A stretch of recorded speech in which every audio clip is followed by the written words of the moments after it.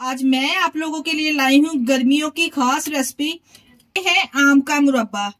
इन दिनों मार्केट में काफी सारे आम आ रहे हैं। ये सीजन बिल्कुल सही है आम के मुरब्बे का, अचार का और चटनियां बनाकर सेव करने का। और बहुत ही सिंपल और इजी रेसिपी है। बिस्मिल्लाहिर्रहमानिर्रहीम। अस्सलाम वालेकुम। कैसे हैं मेरे प्यारे प्यारे व्यूअर्स? उम्मीद करती हूँ सब खैरियत से होंगे, खुशहाल होंगे। जहाँ भी रहें खुश रहें, आबाद रहें। आज मैं आप लोगों के साथ खट्टे मीठे आम के मुरब्बे की ऐसी रेसिपी शेयर करने जा रही हूँ जिसको बनाना तो बेहद आसान है।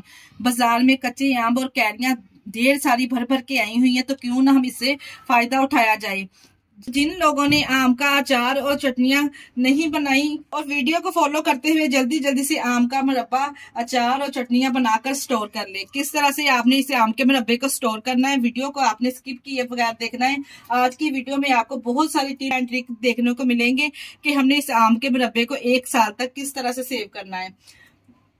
रेसिपी अच्छी लगी तो रेसिपी को लाइक कर दे और चैनल को लाजमी सब्सक्राइब कर दिया करें। चले जी, इस मजेदार से खट्टे मीठे मुरब्बे की रेसिपी को बनाना स्टार्ट करते हैं।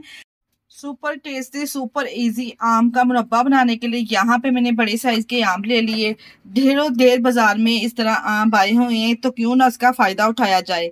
जिस किसी ने अभी तक आम का अचार या फिर आम का मुरब्बा नहीं बनाया, वो हमारी रेसिपी को इस तरह से फॉलो करते हुए आम का मुरब्बा तैयार करें। यकीन जानिए इतना टेस्टी बनके ये तैयार होता है और इतनी कम बजट में बाजार में मिलने वाले ये आम खरीदिए और अभी ढेर सारा आम का मुरब्बा बनाकर तैयार करें। एक ही दफा में ढेर सारा आम का मुरब्बा इस तरह से बना के तैयार करें और सालों तक सेव करें। आम का मुरब्बा बनाने के लिए हमने कौन से आम लेने हैं? इस तरह से हमने बड़े साइज के आम लेने। बाजार में ढेरों ढेर बाजार में कच्चे आम जिसे कैरियां भी कहा जाता है ढेरों ढेर आई हुई हैं, तो क्यों ना इससे फायदा उठाया जाए। यहाँ पे देखिए जी, मैंने 2 किलो लिए हैं आम का मुरब्बा तैयार करने के लिए। बड़े साइज के हमने यहाँ पे आम लिए हैं। और यहाँ पे आपको एक जबरदस्त से टिप देती चलूं, जब भी आप लोगों ने आम का मुरब्बा तैयार करना है तो आपने मुरब्बा तैयार करने से पहले एक दिन आम ले लेने, यानी कि एक दिन पहले हमने आम लेने और दूसरे दिन हमने इसका मुरब्बा तैयार करना है। इससे क्या होगा कि एक दिन बाद हम इसका मुरब्बा डालेंगे ना, तो आम इस तरह से पड़े हुए थोड़े पक जाएंगे, यानी कि ये बिल्कुल कच्चे नहीं होंगे। अंदर से ये थोड़े येलो येलो से इस तरह से हो जाएंगे। यहाँ पे सबसे पहले पिलर की मदद से आम का जो ऊपर वाली जिल्द है इसको हम इस तरह से रिमूव कर लेंगे। ये देखिए, यहाँ पे एक एक करके हमने आम को छील लेना। यहाँ पे मैं आपको चेक करवाती हूँ। जैसे हमने एक दिन बाद इसका मुरब्बा तैयार करना ना, आपको इसकी जिल्द ऊपर से नजर आ रही है, ये हल्की हल्की इस तरह से पीली पड़ना स्टार्ट हो चुकी है। इस तरह से हम आम का मुरब्बा बनाएंगे ना तो बड़ा ही टेस्टी बनता है और ये सालों तक। इसी तरह से हम एक एक करके तमाम आम को पहले छील लेंगे। वीडियो को आपने स्किप किए बगैर देखा करें। आपको आज की वीडियो में बहुत सारे टिप मिलेंगे कि हमने आम का मुरब्बा किस तरह से तैयार करना है और किस तरह से हम इसको सालों तक सेव कर सकते हैं। ये बिल्कुल भी नहीं खराब होगा। और उसके बाद मैं इसकी करूँ, जायका इसका इतना लाजवाब होगा कि आप खाने से हाथों को रोक ही नहीं पाएंगे, जितना ये टेस्टी बनके तैयार होता है। यहाँ पे देखिए जी, आम को मैंने छील लिया। तमाम आम को छीलने के बाद यहाँ पे आपने इसकी कटिंग चेक कर लेनी है कि हमने इसकी कटिंग किस तरह से करनी है। यहाँ पे आम की कटिंग हमने इस तरह से लंबी शेप में यहाँ पे हमने इसको काट लेना है। स्लाइसिस जो रखना है हमने, ना ज्यादा पतला रखना है ना ज्यादा हमने मोटा रखना है। अगर आम की जो लंबाई है वो ज्यादा है तो आप इस तरह से इसकी कटिंग कर ले। तमाम आम की इस तरह से फिर आप कटिंग कर ले। लीजिए जी, यहाँ पे मैंने तमाम आम की इस तरह से कटिंग कर ली है। आम को यहाँ पे मैंने छीलने से पहले ही अच्छे से धो लिया था, बाद में हमने नहीं इसको धोना। इस तरह से तमाम आम को मैंने कटिंग कर लिया है। यहाँ पे मैंने एक कढ़ाई में पानी ले लिया है, तकरीबन 1.5 लीटर के बराबर मैंने यहाँ पे पानी लिया है। फिर हमने आम को एक बॉयल दिलाना है। जैसे ही पानी में एक बॉयल आना शुरू होगा ना, तो हम इसमें जो आम को काट के रखा ना वो शामिल कर देंगे। ये देखिए जी, जैसे ही पानी में एक बॉयल आना स्टार्ट हो चुका है तो हमने इसमें जो आम काट के रखे थे ना वो सारे के सारे हम इसमें शामिल कर देंगे। और घड़ी पर टाइम नोट करते हुए हमने सिर्फ यहाँ पे सिर्फ इसको 1 से 2 मिनट के लिए पकाना है। ज्यादा बिल्कुल नहीं पकाना, क्योंकि अगर हम इसको ज्यादा पकाएंगे ना तो ये बहुत जल्दी नरम पड़ जाएंगे और आपका मुरब्बा ज्यादा देर तक चलेगा भी नहीं और सारा का सारा मैश हो जाएगा और आम का हलवा ही बन जाएगा। इसलिए यहाँ पे घड़ी पर टाइम नोट करते हुए सिर्फ मैंने इसको 2 मिनट के लिए यही चूल्हे के पास खड़े होकर हमने इसको बॉयल दिला लेना है। ये लीजिए जी 2 मिनट के लिए यहाँ पे हमने सिर्फ 1 से 2 इसको बॉयल दिलाए हैं, तो कितनी जल्दी देखा जी यहाँ पे आम नरम पड़ चुके हैं। अब यहाँ पे हम फ्लेम को बंद कर देंगे और इसको किसी स्ट्रेनर में निकाल लेंगे, जो सारा पानी हम इसका रिमूव कर लेंगे। ये लीजिए इसका मैंने सारा पानी रिमूव कर लिया। इस तरह से दोबारा से इसको एक कढ़ाई में हम शामिल करेंगे। यहाँ पे एक कढ़ाई में शामिल मैंने इसको कर लिया है। अब यहाँ पे हम इसमें शामिल करेंगे चीनी। चीनी यहाँ पे हमने कितनी इसमें शामिल करनी है, 2 किलो हमने आम लिए थे। इसका छिलका उतारने के बाद और इसकी गुठलियां निकालने के बाद हमारे पास यहाँ पे इसका वजन 1.5 किलो है। 1.5 किलो आम के हिसाब से मैं टोटल इसमें 1.5 किलो ही चीनी ऐड करूंगी। इस तरह से आम को कढ़ाई में शामिल करने के बाद चीनी इसके ऊपर इस तरह से ऐड कर देंगे। चीनी डालने के बाद यहाँ पे हमने एहतियात से यहाँ पे इसको मिक्स करना है, क्योंकि आम अभी भी गर्म है।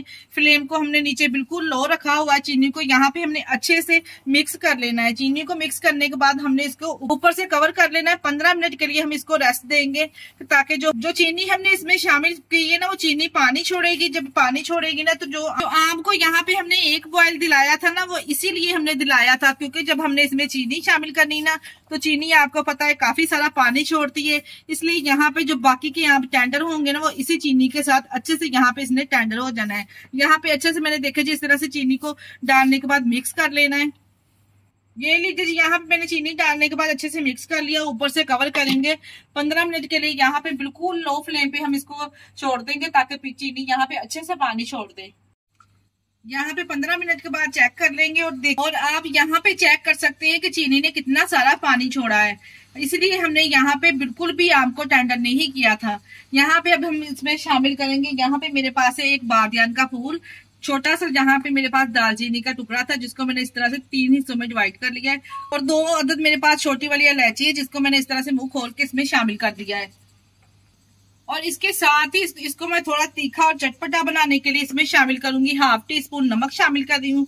ये घर में इस्तेमाल किया जाता है, वो वाला नमक है। 1/2 टी-स्पून ही हम इसमें नमक शामिल करेंगे, काला नमक। ये 1/2 टी-स्पून में यहाँ पे काला नमक ऐड कर रही हूँ। अगर आप यहाँ पे नहीं डालना चाहते तो स्किप भी कर सकते हैं।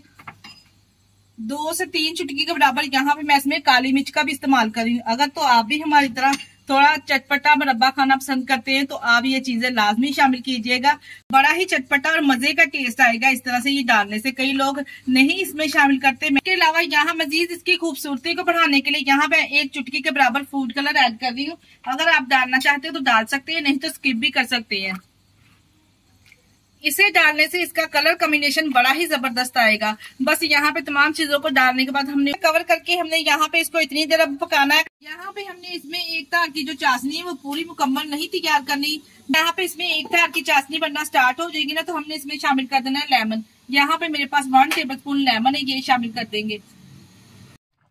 लेमन ऐड करने के बाद दोबारा से हमने 3 से 4 मिनट के लिए इसको पका लिया है। आप चेक कर सकते हैं ये काफी हद तक जो चाशनी है वो गाढ़ी हो चुकी है।